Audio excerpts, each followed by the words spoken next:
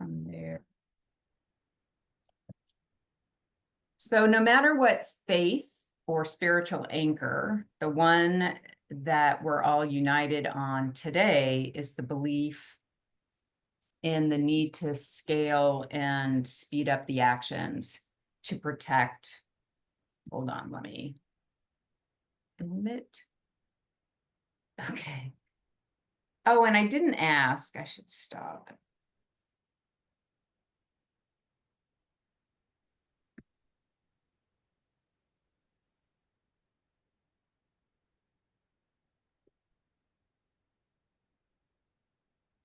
Hi, Esther. Who else am I seeing? Jason, how are you doing? Good. We were just getting going, so let me pause. So no matter your faith or your spiritual anchor, the one that we're all united on today is our belief in the need to scale actions to protect one another and the planet from climate change. Greetings, everyone. I'm Rhonda Bannard. I am the founder and executive director of Earth Gives. We are a nonprofit that is working to get more people involved into the climate stewardship initiative with and through environmental nonprofits. And we know that a lot of folks in the faith community are part of that community. You can see it in the streets and marches, at vigils, in service after extreme storms, helping communities, and in the pews and beyond. So today we have an incredible panel to share insights on how they have mobilized and organized for more action towards environmental stewardship. These sessions, these Community Commons Impact Maker sessions, are to help environmental nonprofits put into practice some tips of the trade from a lot of various kinds of groups. So take what you need, put it into practice for your organization. It might include outreach ideas, education, and even collaboration in ways that you haven't thought of in the past. So we're going to get started. And we're going to start with Reba Elliott, who I saw present to a climate media organization, and I was deeply inspired and learned a ton of things that I never even thought of from the faith community and its impact on stewardship of our special planet. Reba is on the senior leadership team and head of advocacy at the Laudato Si movement. She will offer up a bit of a global perspective, and then we'll turn it over to Joshua van Cleef. He will share a very local story as the director of the Office of Peace and Justice for the Catholic Diocese of Lexington. And then Deb Nam-Krane is co-president of the Jewish Climate Action Network of Massachusetts, and she will share what they're doing through their organization. And then Kira Dault, the communications director at Faith in Place, will wrap up the opening presentations with her work across Illinois, Indiana, and Wisconsin, and then it will be question time. So Reba, help us set the stage. Thank you so much, Rhonda. I really appreciate this opportunity to be here. And yeah, just to join such a great panel with such great diverse perspectives and to talk about this issue that's so close to everybody's heart. So as you shared, Rhonda, I'm Reba Elliott from an organization called Laudato Si movement. We are a global network of Catholic grassroots and what we call grass tops. So bishops and the heads of religious congregations, sisters and brothers. We work with people in about 120 different countries on three main areas of work. One is spirituality. I think that everyone who is working on this issue knows how easy it is to get frustrated. And some days you just want to just put your head in your hands and just cry. And for us, that feeling of faith keeps us going through those difficult moments. It gives us a North Star, something that we can always rely on, that's beyond the day-to-day frustrations and the day-to-day successes that sense that something greater unites us and is pulling us forward, is one really important element of our work. Another element of our work is sustainability. We are very grateful to collaborate with the Vatican's Social and Environmental Office on a project called the Laudato Si Action Platform. Laudato Si is a book that Pope Francis wrote on ecology and climate change. And it was a gangbuster book. It was something that every Catholic who at all cares about this issue heard about. Everyone who's read it, the cries. Is the most beautiful, amazing statement of why we should care about this planet, which Pope Francis calls our common home, and how to help care for it together. So the Laudato Si Action Platform is a Vatican-sponsored program that helps Catholic institutions put those principles into action. The Diocese of Lexington, we are so grateful, is one of the flagship participants in that Laudato Si Action Platform. And my organization, Laudato Si Movement, is the operational partner for the Vatican, which is the overall sponsor of that initiative. So sustainability is the second main area of work for us. The third main area of work is advocacy. You know, there's something really important about praying, and there's something really important about changing our lifestyles. But if we don't address things on a deeper, more systemic level, we won't get to the change that we really need. So our advocacy work tries to address that deeper level. We work within countries, so within a handful of those 120, we're active in North America, in Latin America and Brazil, in Western Europe, West Africa, mostly West Africa, a little bit, sorry, East Africa, Kenya, DRC, Uganda, and a little bit of South Africa and Western Africa. And then also in the Oceania area and Southeast Asia. So countries that have either played a major role in causing the climate crisis or that are on the front lines of the effects of the climate crisis. Countries that have a really important geopolitically strategic role to play. We do advocacy in those countries to make sure that policymakers know that Catholics are united in wanting solutions that are fast and ambitious. So that's a little overview of our work. We are really, really grateful to count on a huge network of grassroots champions. There are about 20,000 people that we have known to be trained and active through our programs over the last 10 years. And a couple of weeks ago, we had an online event and asked people to share photos of the actions they've taken. And it was like, every next photo just made you want to like smile and just feel tenderhearted. There's pictures of, you know, people planting trees with their kids or leading prayer services in their parishes or marching around their towns with signs. So that's 20,000 people who are all doing that kind of work around the world. A big challenge for us is keeping those 20,000 people that we know to be active and hundreds of thousands, millions more that we are not in regular touch with. How do we keep them excited day after day, week after week, month after month, year after year? That's a huge challenge for us. And one of the, I guess, gifts that we rely on is that all of those people are champions in their own communities. So we can send out, here's a cool story from one person. Would you like to share this to inspire others? Or here's a toolkit for a campaign. Please use it however you want. The people with whom we collaborate, almost like they're kind of their own little engines. And the impetus really is not on us. The responsibility is really not on us to keep people motivated, inspired. It's really just to help see, what does this engine need at this moment? Does it need a story? Does it need a campaign kit? Does it need a connection to somebody else? So that's one of the things I would say we've learned over the last 10 years. We've also done a lot of work around communication.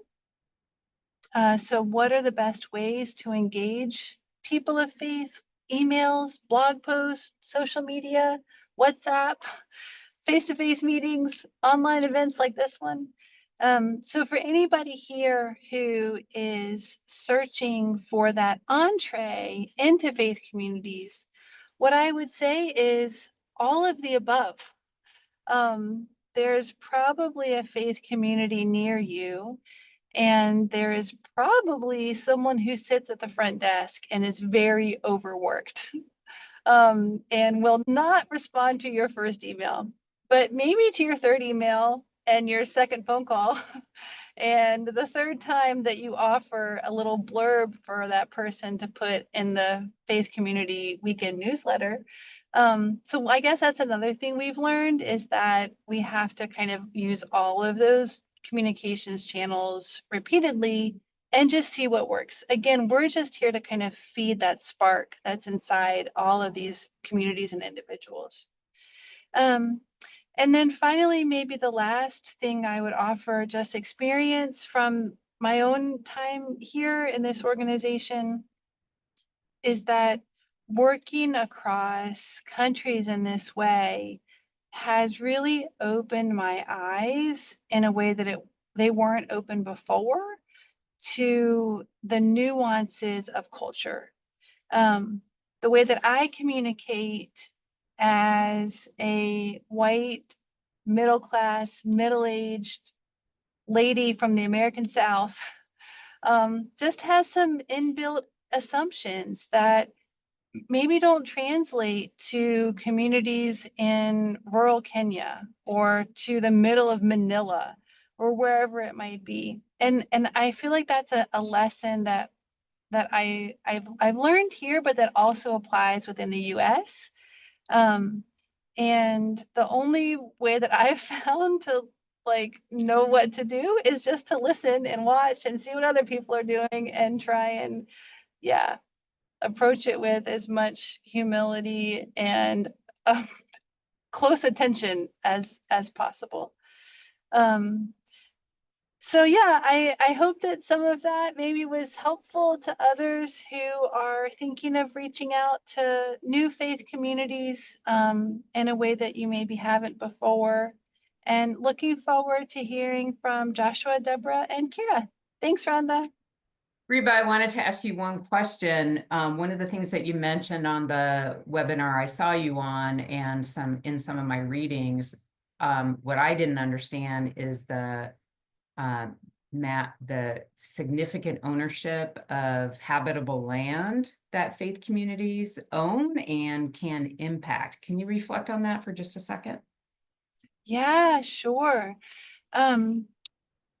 So most people on Earth are religious. 80%, 8 out of 10 people on Earth follow a religion. And a lot of those people own land. And a lot of them are members of a church or a synagogue or a mosque or some other place of worship that in turn owns its own land.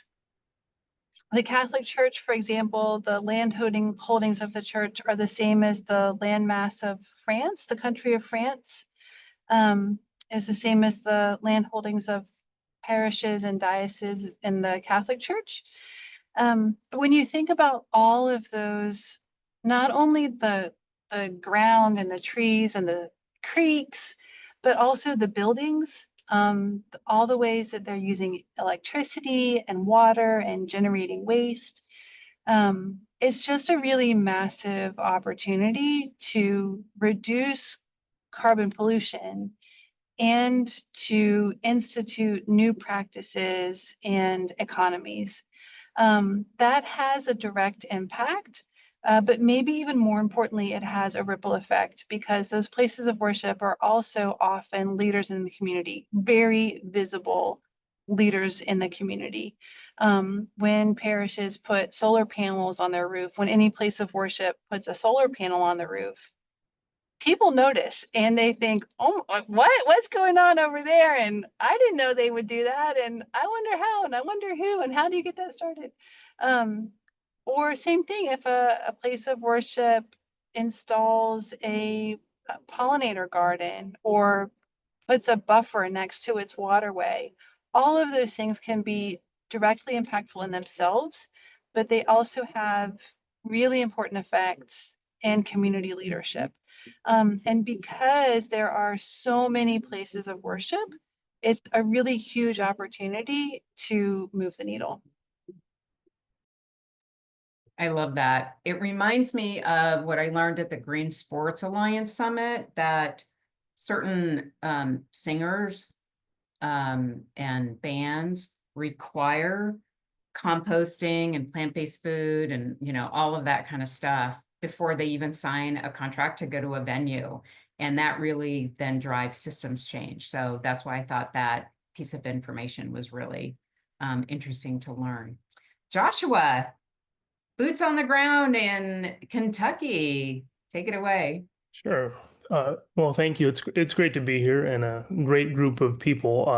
I have to say, Laudato Si movement is a great partner of ours, and so it's great to be next to Reba on this too. They've really our partnerships have grown in the church, and we've relied so heavily on people doing the work in other places that we can learn from and kind of spin off ideas from. So it's great to be with everybody. My name is Joshua van Cleef. I'm the director for the Office of Peace and Justice for the Catholic Diocese of Lexington.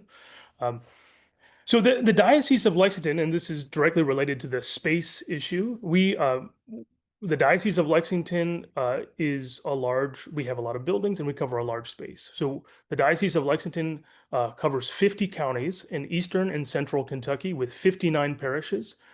A lot of this area is not does not have a high percentage of Catholics. So we're a mission diocese with far less than 3% Catholic in overall, and in most of our places, well less than 1% Catholic.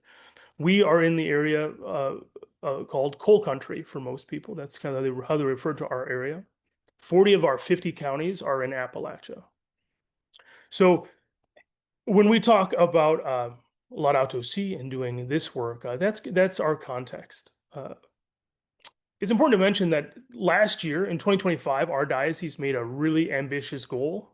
And it was that we were going to put together a Laudato Si plan for our diocese that included plans from each one of our parishes, that we would set forth a process that each one of our parishes would come up with a concrete plan to care for creation that was going to be measurable and specific. And that would be the result of building a team, listening sessions, study, prayer, reflection, and mobilizing their local community. So I'm happy to say that following the process, by October 4th last year, we had all 59 parishes had made plans, and our diocese then put together a Laudato Si plan that included all of the plans of our diocese, of our parishes, as well as diocesan-wide commitments such as net zero and financial commitments, investment commitments, chancery policies around composting and single-use, single-serve plastics, etc. So on January 1st, we were able to publish a plan that kind of listed out all of those, both parish plans and diocesan plans. So really, as we put together a plan in 2024, when we put together a plan in 2024, our goal was really, how can we mobilize parishes? How can we build out this work in the parish setting so that when we say that our diocese is doing this, that we really mean all of our parishes are being mobilized around Laudato Si. We knew that it would take leadership from the top and mobilization from the bottom, that both were going to be necessary. And as Reba knows and other Catholics know, we have an extraordinary bishop, Bishop John Stowe, who's prophetic. He's pastoral, discerned, and a keen administrator. So he was moving us forward on Laudato Si. So we knew that we were going to have to move from the top and make diocesan policies and structural changes, as well as mobilize our parishes. So this is the basic process that we took on. At Pentecost, so that was May 19th, all of our parishes received a letter from the bishop that outlined the planning process and their expectation to participate. Then our parishes, our pastors were asked to make a team for Laudato Si, and it had to be at least two parishioners. That team then, they would go ahead and go online for the Laudato Si Action platform and sign up. And then they had a few tasks to do. So first, that team did an assessment of their parish, looking at how their parish is already living out, practicing Laudato Si and celebrating that, and then saying, how can we do that? How can we further practice Laudato Si? Then once those parishes did that assessment, all of our parishes were asked to hold a listening session, at least one, with a wider parish community, so that as a whole community, they could reflect on a few things. Why is caring for creation important to us as people of faith? How are we already practicing Laudato Si? And how can we better practice Laudato Si? With the assessment and listening session in hand, our teams were then asked to put together a plan that both laid out why the parish, why as people of faith, this is essential to us, and then laid out really concrete commitments that were specific, measurable, achievable, related to the goals of Laudato Si and time-bound. So all of our parishes then submitted those by October 4th. Then last year, and then after that, all of our parishes got together for an assembly, and we brought in all of our leaders together from across the diocese, and we celebrated what we've been able to do. We prayed together, we worked together on the plans. Then on January 1st, we published our plan. Following the publishing of our plan, we were able to we began monthly meetings. So right now we have monthly meetings where all of our Laudato Si leaders from all of our parishes meet online, virtually, and we discuss how the implementation of our plans are going, what resources we need, and we learn from one another.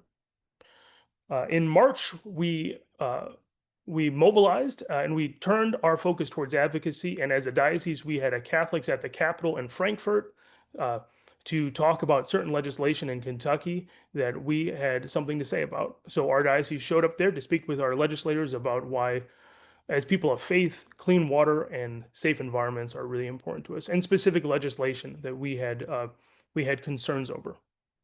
We know that our job is also to build coalition for the future. So we try to do that in a bipartisan way. Now, one of the things we've been able to do, now that we have teams in all of our parishes and plans that are rolling, we've been able to offer small grants through some of our donors.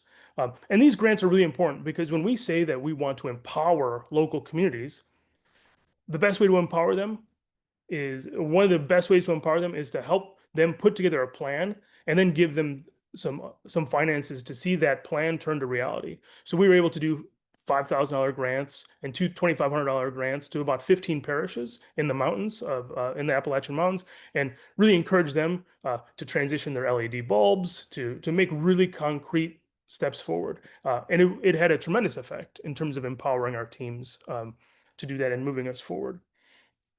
So now, part of what we're doing as we look towards solar and all these other things in our parishes, we've lined up our first 4 parishes for solar, and we're kind of going through and evaluating all of our parishes for solar. The other part of this plan is the net zero commitment, which I'm happy to coordinate on the behalf of the diocese, but we have sustainability experts throughout Kentucky that are working with us to help us reach net zero for our scope 2 emissions by 2030. And we're also addressing scope 1 emissions. So that's really looking at our electricity. So back to what was mentioned before by both Rhonda and Reba, when you look at all of the buildings and the footprint, it's really substantial. So that's a little bit about what we're doing as a diocese. Our plan is that each year during the season of creation, which is September 1 to October 4 in the Catholic Church, that each year our parishes would update and evaluate their plans so that we're just going to continue to move forward.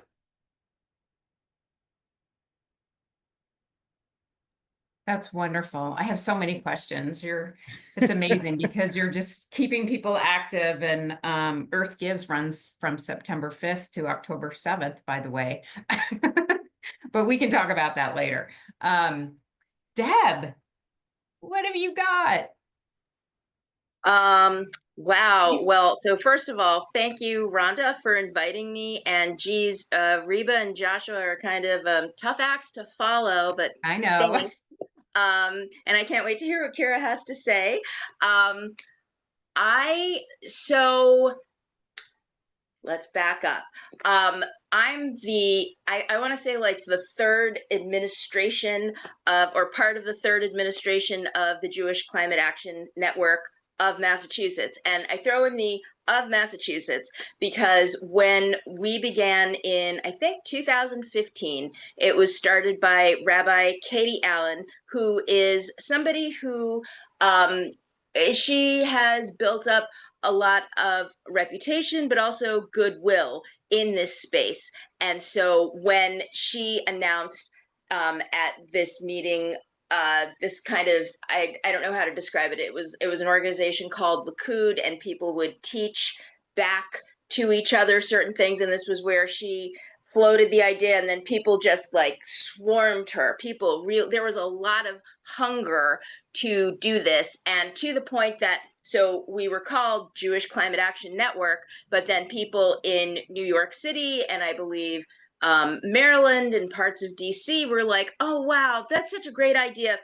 Do you mind if we start at JCAN too? And we were like, sure. So that's why we call ourselves JCAN MA, to distinguish from the other JCANs. And part of why there was a hunger, it's not that there wasn't such a thing as what might now be called eco-Judaism before, and there weren't some organizations before, but I think that we might have put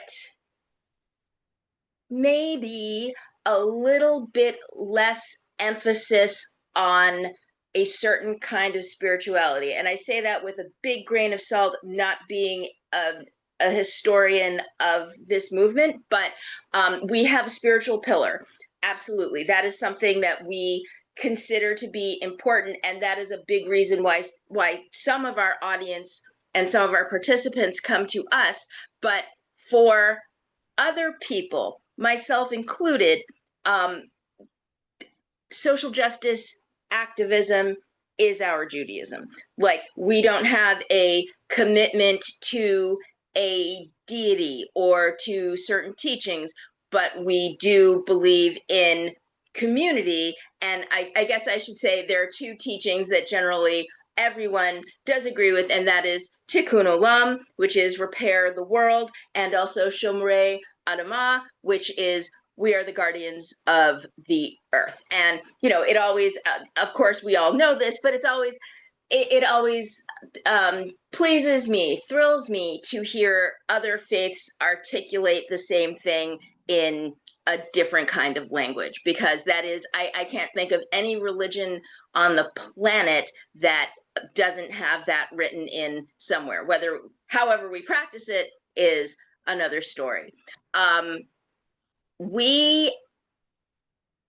I said, there was something of a hunger. But we've also attracted, and this might have been like due to who some of our original founders and original members knew, or it might be, the Massachusetts of it all. We tend to attract something of a wonky crowd. So we do have the spirituality pillar, but we also have what we call a decarbonization pillar, as well as what we term legs and regs, as in legislation and regulation. So and there's a lot of intersection between those two. Our crowd tends to be very well educated about the ins and outs of the regulations and laws that have dictated why our energy system in Massachusetts is what it is and what needs to be done in order to change that at a very specific technical level, both as far as like the science and technology, but also as far as the legalities of it. And we also have people who have worked in industry, and by industry I mean things like lighting and electricity, solar panels, who are very invested in helping some houses of worship to make the transition from like traditional fossil fuels to renewable energy. We for about a year or so, we also had a pillar that I was running that we called like agriculture and land use, which you know, if we frame it as regenerative agriculture, I think everyone might get the gist. And when I say there's a hunger, like when we announced that that was a thing, people were just swarming me, and they wanted me to, like, you know, help advise on their policies around their food policy at their synagogue. They wanted to start talking about like designing a compost program. I was very surprised at, without me doing a lot of soliciting, without me calling synagogues and being like, hey, guess what, we've got this thing. People were like, oh, do you have this thing? Great, let's talk about it. So and that was, as somebody who is very interested in those topics, that was gratifying. Unfortunately, we, as far as lessons learned, we have put on 4 climate conferences, climate action conferences. We take the action part very seriously. And I'd say our most successful conference was what we held in 2021. It was, of course, all online, and we had over 500 participants. People really just wanted to be there. We had one in 2025, just a couple of weeks ago. We didn't have quite as high an attendance, but we had awesome programming, and the people who came were very excited to about pretty much every session that we had. And we are planning on putting things out through webinars, through Zoom recordings. But I would say that where we have been the most successful is our Legs and Regs team. We have played, and somebody reiterated this for me just last night, just to make sure that I got it right.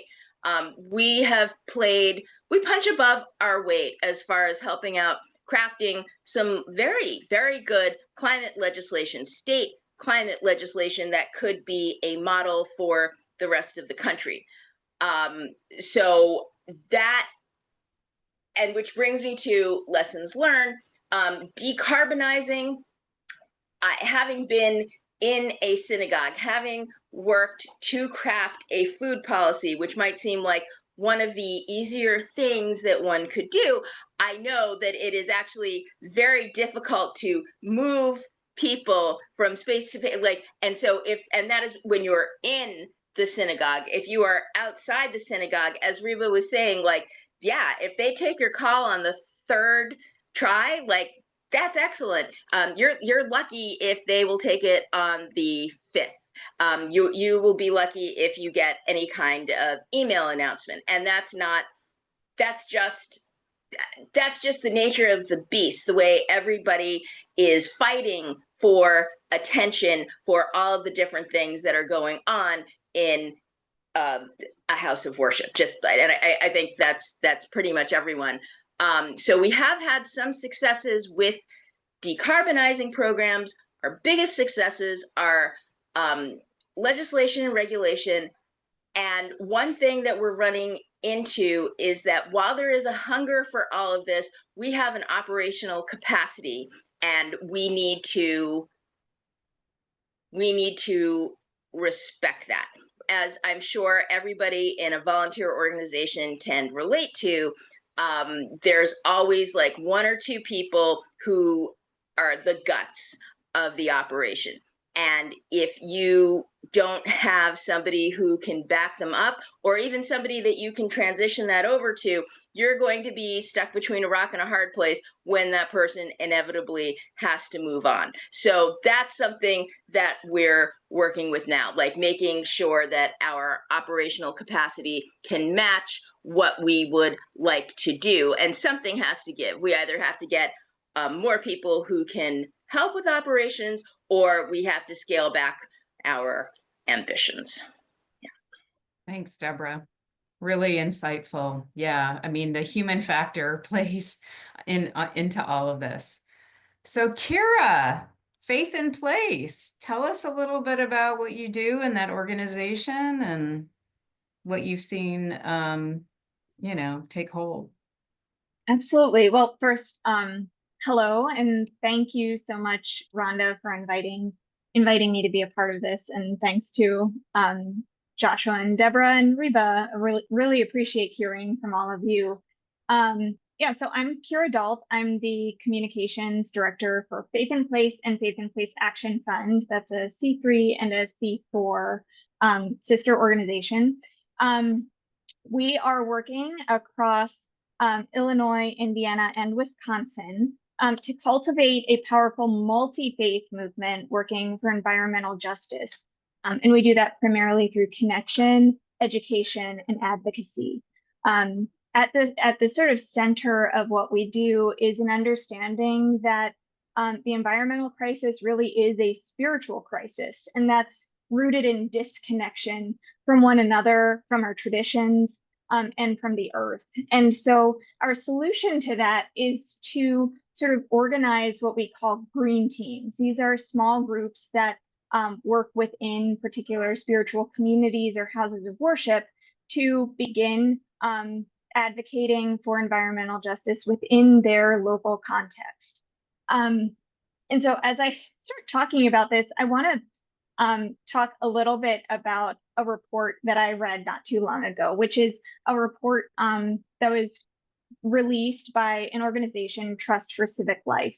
And they did a large survey in 2024 and then released the results. And basically their big takeaways were that on a national level, there's very, very little trust in institutions. But as you get closer into a local context, that trust grows. And actually, there's quite a lot of trust in very local, like hyper-local contexts. And so if you think about a spiritual community of a house of worship, Lumidina, I see you. I will drop the link when I have a moment. But so this is the idea that local leaders in a community can really make a fairly large difference, an outsized difference, especially in our sort of very polarized national context.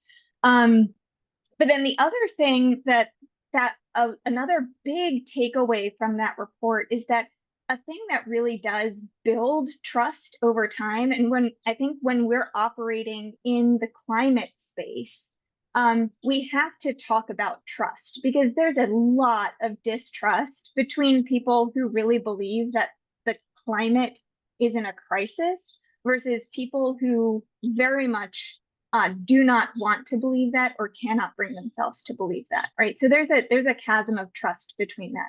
But one way that this report says we can build trust is by taking place-based actions together, right? So if your house of worship or your spiritual community decides to organize a neighborhood cleanup and you invite everyone in the neighborhood, that's going to be a thing that's going to build trust within that community.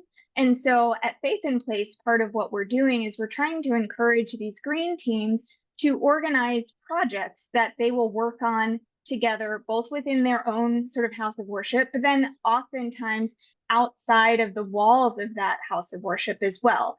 And those actions actually build trust more than dialogue. So part of what is said is like, if you take action first and then reflect on that action together, you're more likely to build trust than if you try to win over hearts and minds from the get-go, and then with the idea that the action will follow.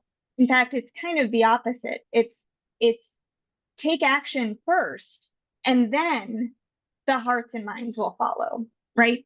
And I think that spiritual communities are really, really particularly well positioned to take action in these kinds of ways.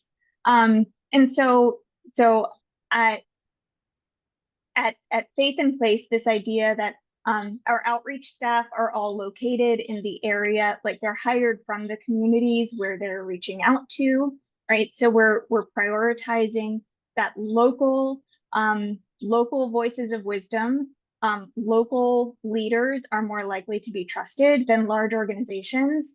And since Faith in Place really does operate across these 3 states, we're constantly kind of managing this balance of we're a large tri-state organization, but we really want to have these local impacts.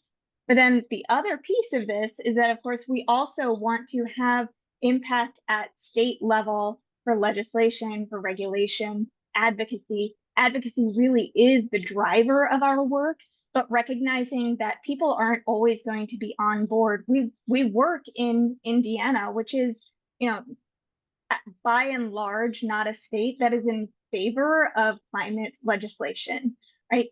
But this past legislative session, there were some pretty significant laws that got passed. They got through the General Assembly, and they're being signed by the governor, which are like water protection, land protection, some of those things that they're maybe not huge pieces of decarbonization legislation, but they are significant for protecting some of the local nature, the local environments. And we think that those small successes, those smaller actions can really help to build momentum. So we do have part of this strategy is that you have these sort of local, hyper-local groups, these green teams, and then we get together at various points for more sort of regional dialogue where the groups can really talk to each other, right? So green teams can learn from one another about what they're doing, how that's working. We have a couple of different cohort programs that really help to facilitate that. Some of them are sort of interest specific. So something like we have a program that's really focused on energy efficiency in houses of worship. And that's kind of a peer learning community where a green team that's very focused on that kind of project. We're gonna make our building much more energy efficient. They can join, they get access to lots of resources that we're providing, also coaching from Faith in Place, and then also this peer learning. But then we know, again, going back to this idea that sort of small actions really do build momentum and acting together. So when you're in a cohort together, then suddenly you're taking this like action together, even though it's a dispersed action. That builds more of a community. And then that all ties into statewide networks at Faith in Place, where we have sort of a statewide advocacy day. We're recruiting people to go into the state capitol and meet with their legislators, meet with their elected officials. We're also encouraging that kind of action at a local level. So if they have municipal boards and things like that, we're wanting them to show up to those, because we all know zoning regulation, for example, is one of the things that can make or break clean energy projects and that sort of thing. So that's a lot. There's a lot in there. But I think that idea that action really can drive the change, not just like a physical change, but really an understanding. And it can build trust. And I think that building trust is really key to this movement. That if we're going to make fast change, rapid change, which we need to do, we all know that, we also have to work to build that trust. And that's a really critical piece. Yeah, I think I will pause there because I've just said a whole lot. But if there are any questions, I'm happy to think through them. Yeah, I want to allow Esther and Lou to ask any questions, but the things, I mean, all of you are bringing up so many things. Nobody none of you mentioned if sort of mentions from the in synagogues they're called bimas, from the from the folks presenting at sort of Sunday gatherings or whatever it might be, if like what influence that has. And Kira, I think what you said about trust is what I'm finding that's interesting, because I try to study a lot of people about coming together, and I've done a lot of that work, but people are so traumatized, I guess, traumatized and polarized, that it is really hard to bring them in. And yet the thirst is there to be invited in, to be welcomed, and to be a part of something. And yet all the people who are doing the organizing don't necessarily know how to make people feel welcome in the space. And so there is sort of a training or a skill that's really important around that.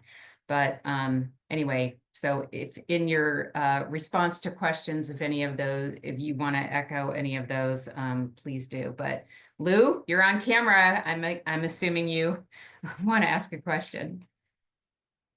No? Okay. Esther? Not necessarily, but yeah. Okay. Well, there is one thing that I'm constantly trying to figure out how to best do, but it just, I consider myself an evangelical Christian, but I don't really subscribe to a lot of the political views of my fellow evangelicals with regard to pro-life issues, for example, or just nationalist values and all that. But it just what really irks me is that with a lot of evangelicals, a lot of these things come as a package. So if you're going to support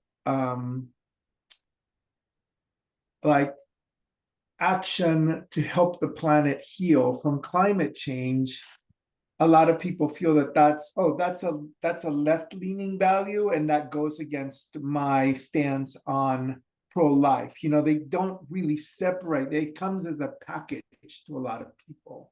And I don't know what to do about that. And I wonder whether anyone has any insights about that. I hope you understand where I'm coming from or what I'm trying to say. I don't know if I've verbalized it. Yeah, so maybe answer Lou's question. And also, I guess the way I would piggyback it on that is we're seeing a lot of faith leaders get involved in the immigration issues. And it seems that there's a lot of weight carried. So like, is there any reflection on the weight that's carried by faith leaders being involved in climate? Anybody? Joshua, Reba, Yeah. go ahead. We'll say something to that. So first, Lou, you bring up a real challenge. We're in Kentucky, and we're aware of the really difficult partisan reality in our country and where we sit in that in terms of this region.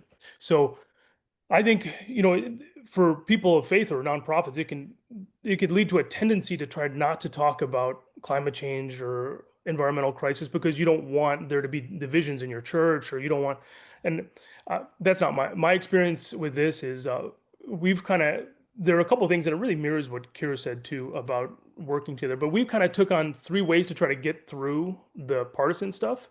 And it's one, we worked really hard to communicate the problem, the climate crisis, in ways that are really tangible to people. So if people don't want to talk about climate change, they don't have to use those words. There are a lot of ways to evaluate this. So we worked really hard to communicate it to people so that the problem was just the problem and we could see it in our own lives. And then secondly, and this is really important for us, is we were super clear and we try to reiterate unapologetically our why.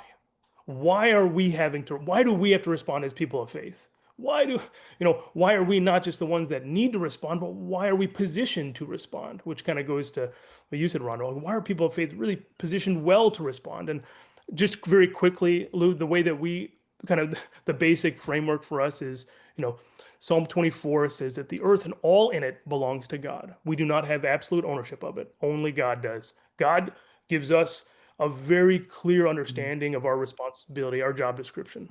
Till and keep, cultivate, flourish, give life, and protect. Pope Francis says that protecting God's creation, this is a paraphrase, protecting God's creation is the vocation of every Christian and therefore every church. It is not a secondary element, but is essential to the life of virtue. And that's 217 if you want to look it up in Laudato Si. So we just really carried that message and we just stuck to it. We just said we're not opting in for because of political parties, and we don't get to opt out. We are all in because of our faith, and just kept it there. And then thirdly, to respond to Kira, we focus on a clear task. So here's the problem. We're the ones to respond. Here's our task. Let's do it.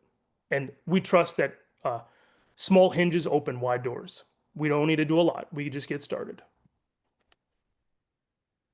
If I can add one other piece here, which is that, so we work in Southern Illinois, we work in a lot of rural areas where there's a fair amount of skepticism toward climate action, climate policies. But we have a church. I just got a message from our coordinator in Southern Illinois. So we have a church in Collinsville, Illinois, who just filed their taxes, and their energy bill after they installed solar panels in 2024 went down from about $2,000 a month to $200 a month, which means that this is, we're interested in walking through any door anyone wants to open for us. So if their primary concern is economic, and we know a lot of these faith communities have real economic struggles because they have dwindling membership, they have old buildings, like all of those sorts of things. If we can say, well, okay, but if you want to put solar panels on your roof, your energy costs, your energy burden will drop from maybe $2,000 a month to $200 a month. We can tell that story, and that's a way for them to get in, right? And that's another way. And again, small actions build momentum and build trust. And so I think central to that, if we can help a house of worship who really doesn't want to talk about this climate stuff, they don't want to talk about advocacy, they don't want to talk about it, but they are interested in lowering their energy costs, we can help them do that. That helps to build a relationship and build trust. And then we can have a conversation, right, later. But driving that action first, I think, is a real way to help build trust and bridge some of that polarized divide. Great. Reba? Yeah, that is a great testimonial. Excellent story. Oh my gosh, for my part, I don't have much to add. I totally agree with what Joshua and Kira said. I just want to mention that there is an organization called Evangelical Environmental Network that might be a good place to connect with like-minded evangelicals, Lou.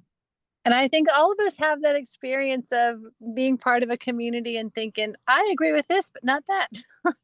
So yeah, Evangelical Environmental Network might be a way to connect with others who are in your same boat.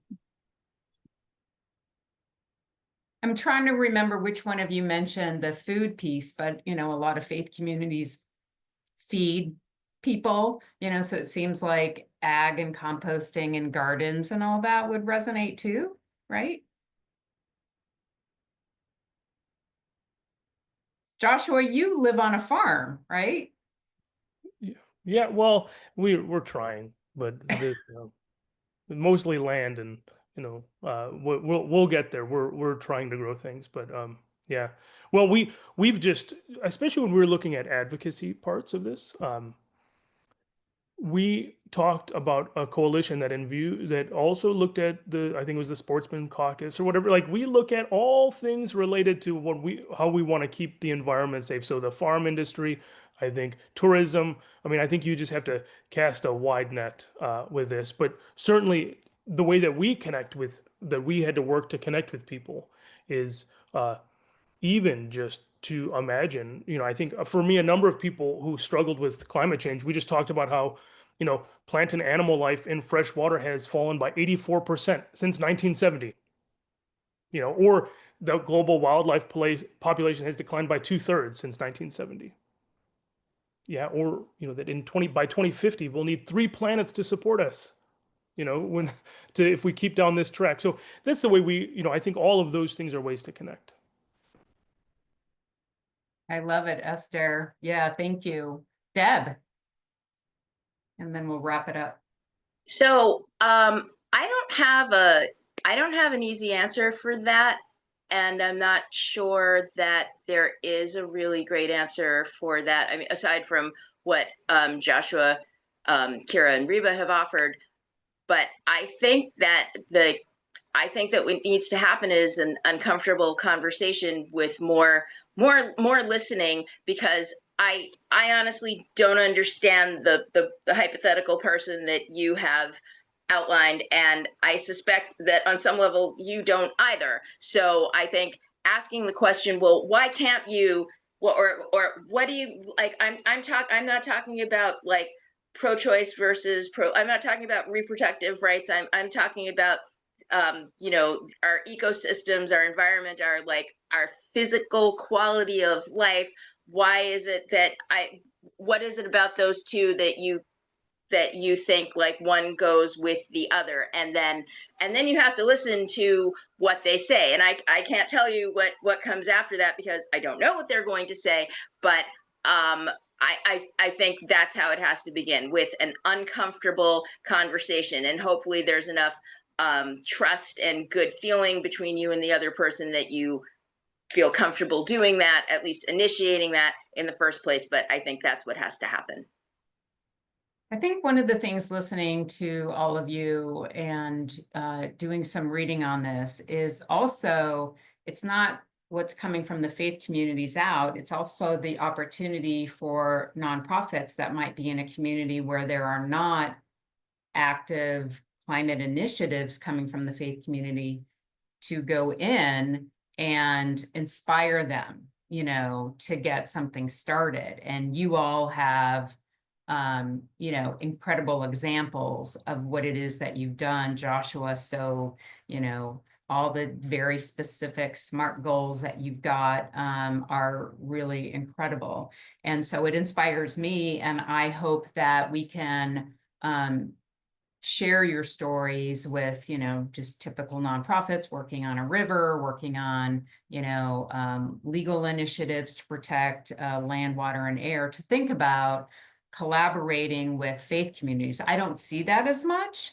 You know, I just could be looking in the wrong places, but I think there's an opportunity to really grow and mobilize more strongly together. Any final thoughts from our panel?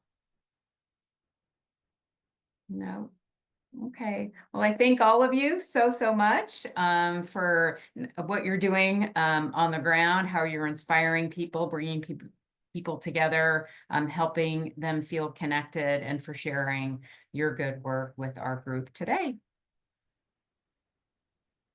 Thank you so much. Thanks a you. lot, Rhonda, for bringing this together. Nice to meet Yes. everybody. Thank Rhonda. you. Thanks, Take everybody. care. Bye.